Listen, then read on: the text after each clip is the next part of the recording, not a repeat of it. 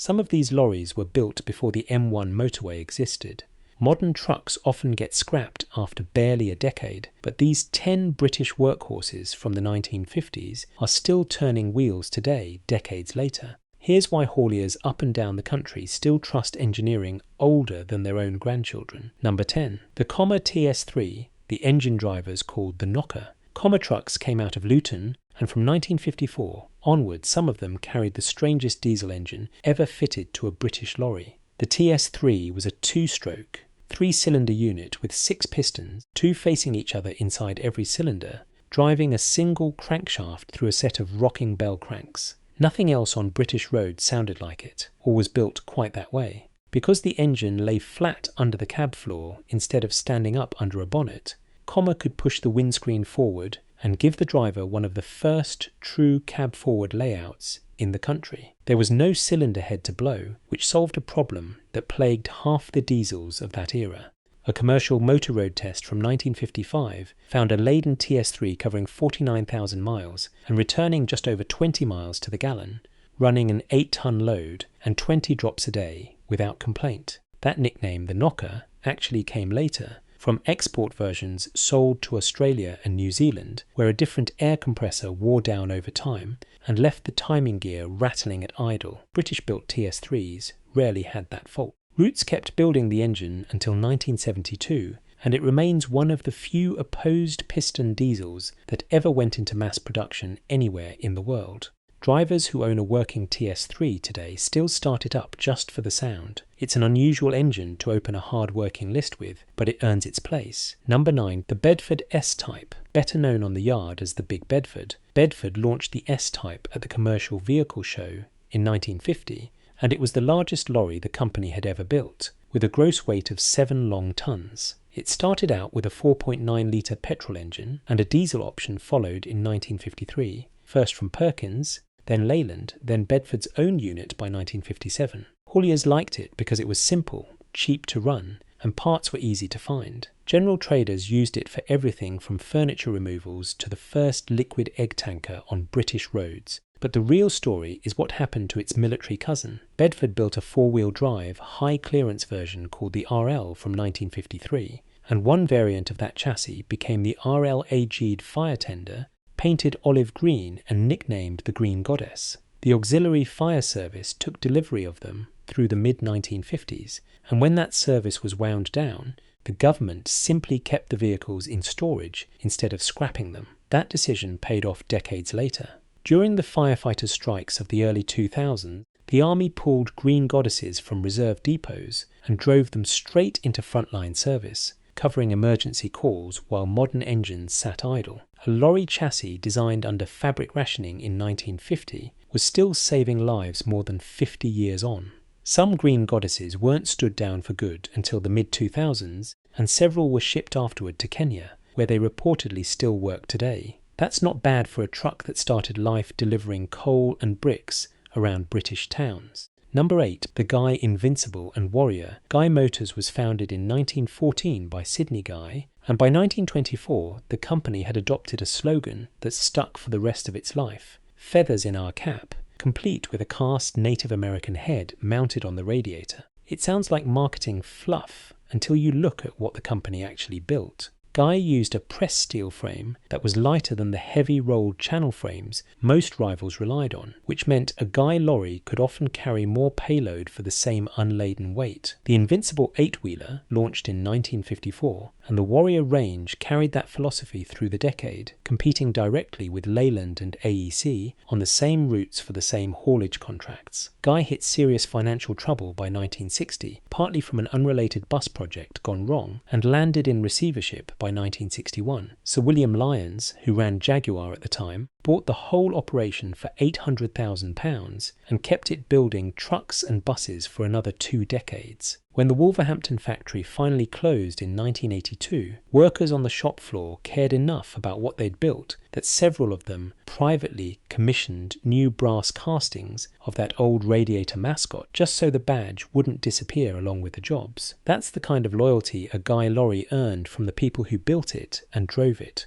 preserved Invincible 8-wheelers, some still wearing old heavy haulage liveries, remain regular entries at classic transport shows today. Number 7, the Albion Chieftain and Reiver, built at Scottstown on the banks of the Clyde. Albion Motors had been building vehicles in Glasgow since 1899, and for decades it went toe-to-toe with Foden on toughness, backed by a slogan Scottish hauliers trusted completely, sure as the sunrise. Leyland took over Albion in 1951, but rather than bury the brand, Leyland let it keep running its own factory and its own model names, because the loyalty Albion had built up in Scotland was worth more than a badge change. The Chieftain launched in 1948, and when it was paired with a Scammell trailer and a 6-speed overdrive gearbox, it earned a reputation among long-distance operators as one of the most dependable mile-eaters on the trunk roads between Glasgow and London. The Reiver came later and became prized for being one of the lightest 6-wheeler chassis on the market, which meant it could legally carry more freight than heavier rivals running the exact same routes. Even after everything formally merged into British Leyland in 1968, the Chieftain, Clydesdale and Reiver names carried on almost unchanged because Scottish operators still trusted them enough that nobody in charge saw any reason to drop them. Production carried on at Scottstown until 1980, when it finally shifted to Bathgate, and the Albion badge itself disappeared from new lorries not long after, even though the reputation never really did. Drive around a classic vehicle rally in Scotland today, and you'll still find owners who'll tell you, without much prompting, exactly why sure as the sunrise was never just a slogan. Number 6, the ERF KV out of Sandbach. Edwin Richard Foden was the youngest son of the man behind the famous Foden steam wagon, and in 1933 he walked away from the family firm to build diesel lorries under his own initials instead. He took his chief engineer with him, along with a simple approach, buy proven components from specialists, a Gardner engine here, a David Brown gearbox there, and assemble them onto a chassis built to his design. That formula earned a name for dependability among hauliers almost immediately. ERF had the confidence to launch something genuinely striking, the KV range, with an oval grille and a curved panoramic windscreen that made every other cab on the road look old-fashioned overnight. Roughly 48,000 KVs were eventually built before the range was replaced in the early 1960s, and most of them left the factory running Gardner diesels, the same engines that powered half the heavy lorries in Britain at the time. Today, dedicated enthusiast groups keep a genuine fleet of surviving KVs on the road, and drivers who've restored one will usually tell you the same thing. Everything on it was designed to be fixed with ordinary tools at the roadside by an ordinary mechanic. That's a design philosophy modern trucks, stuffed with sealed electronic modules, simply can't match. Number 5, Atkinson, the Knight of the Road, from Walton le Dale near Preston. Atkinson started out around 1907 building steam wagons, and when steam finally stopped making commercial sense, the company reorganised itself in 1933 to build diesel lorries instead. Atkinson followed almost exactly the same philosophy as ERF, buy in a Gardner engine, fit a David Brown gearbox, and mount the whole thing on Kirkstall forge axle, all assembled onto a chassis of Atkinson's own design. From the early 1950s, the firm added a small badge to the upper corner of the radiator grille that read Knight of the Road, alongside the circular letter A that had marked Atkinson lorries since 1937. It wasn't just decoration. Atkinson built heavy haulage tractors capable of pulling loads up to 50 tons using a Gardner 8-cylinder engine, producing around 150 horsepower, serious numbers for the early 1950s. By 1968, Atkinson had formalised its naming with the Silver Knight tractor unit, the Gold Knight tipper and tanker, and the Black Knight rigid freight chassis, all carrying the same Knight of the Road badge. Their father's lorries had worn since the early 50s. The whole approach, buying proven parts instead of chasing in-house complexity, meant an Atkinson could be repaired almost anywhere in the country by a mechanic who already knew Gardner engines and Kirkstall axles inside out. That's not a small advantage when you're broken down 200 miles from home. Number 4, the AEC Mandator and Mammoth Major, built at Southall in West London. The Associated Equipment Company had been building buses and lorries since 1912, and by the post-war years its Mark III range, including the Mammoth Major and Mandator, had become one of the most familiar sights on British roads. AEC's own diesel engines, built in sizes from 7.7 litres up to 12.4 litres, were good enough that other manufacturers bought them too. During the Second World War, when Gardner engines were reserved for military use, ERF fitted AEC's 7.7 litre unit into its own lorries just to keep production running, a rare case of one manufacturer leaning on a competitor's engineering to stay in business. AEC introduced the Mercury for 8-ton payloads in 1953, and by the end of the decade demand for tractor units had grown so quickly that AEC launched the Mark V range in 1959, including the Mammoth Major 8. AEC's military history left an equally long tail. The wartime Matador 4x4 artillery tractor, of which over 10,000 were built, found a huge second life after 1945 as timber lorries and heavy recovery vehicles, the same rugged chassis simply repurposed for peacetime haulage instead of hauling guns. That kind of durability is exactly why classic vehicle enthusiasts still rate AEC lorries among their favourites, decades after the Southall factory itself closed in 1979. Number 3, the Foden S21, nicknamed almost everything under the sun. Foden's history stretched back to 1856 and its famous steam wagons, but by 1948 the firm had moved fully into diesel with the FE and FG ranges, powered by its own two-stroke diesel, the FD6.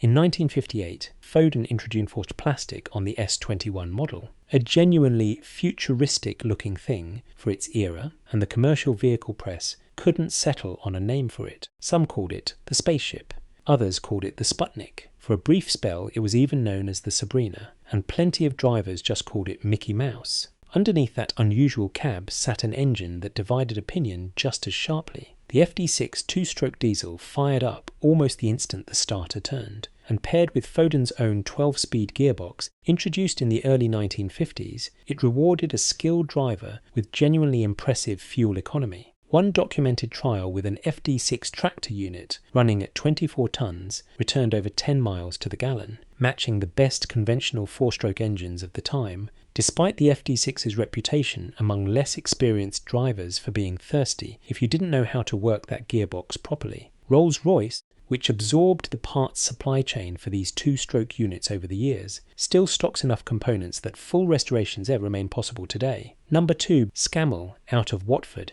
the name British hauliers still use as shorthand for heavy haulage. Scammell built its name on doing what other makers wouldn't attempt. In 1929, the company built the 100-tonner, an articulated low loader designed specifically to move steam locomotives, and only 2 were ever made because nothing else on the road needed that kind of capacity. By the mid-1950s, Scammell channeled that same appetite for extremes into the Constructor and Superconstructor, heavy haulage tractors fitted with a turbocharged Rolls-Royce C6 engine and a semi-automatic gearbox, built to move loads that would break lesser lorries in half. When Scammell joined the Leyland Group in 1955, it gained access to Leyland engines and axles, which led to a new lighter range, the bonneted Highwayman motive unit launched in 1954, the 8-wheeler Routeman, and the forward control Handyman. The Highwayman and the Constructor could both be configured as ballast tractors rated for 50 tons or more, matched with purpose-built trailers made at Scammell's own Moore Park works.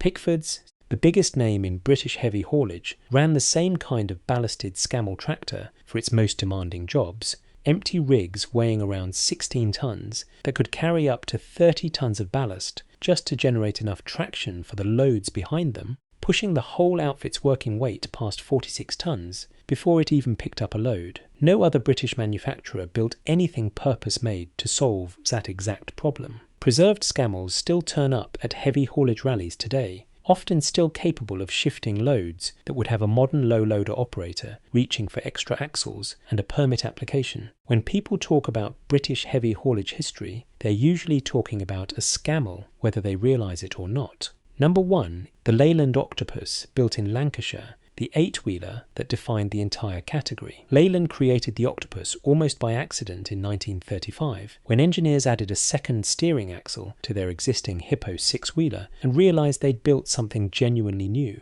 The post-war Octopus, powered by a 9.8 litre diesel, barely changed under the skin from the end of the war until 1960, and it didn't need to. It was already the vehicle every serious haulier wanted. British Road Services ran hundreds of Octopus 8-wheelers in its heaviest trunking fleets, and it was just as popular with oil distributors, flour millers, steel firms and chemical companies who needed a lorry that would simply turn up for work every single day without drama. Waiting lists for a new Octopus chassis stretched for months at a time throughout the 1950s, even though the specification barely changed year to year, because operators had learned exactly what they were getting. The commercial vehicle historian Graham Edge has called it the definitive lorry of its class for most of its working life, and it's hard to argue with him. Some individual Octopus lorries stayed in daily commercial service for 20 years or more, driven by the same men who'd taken delivery of them new, hauling everything from Teesside chemicals to Shropshire sugar beet.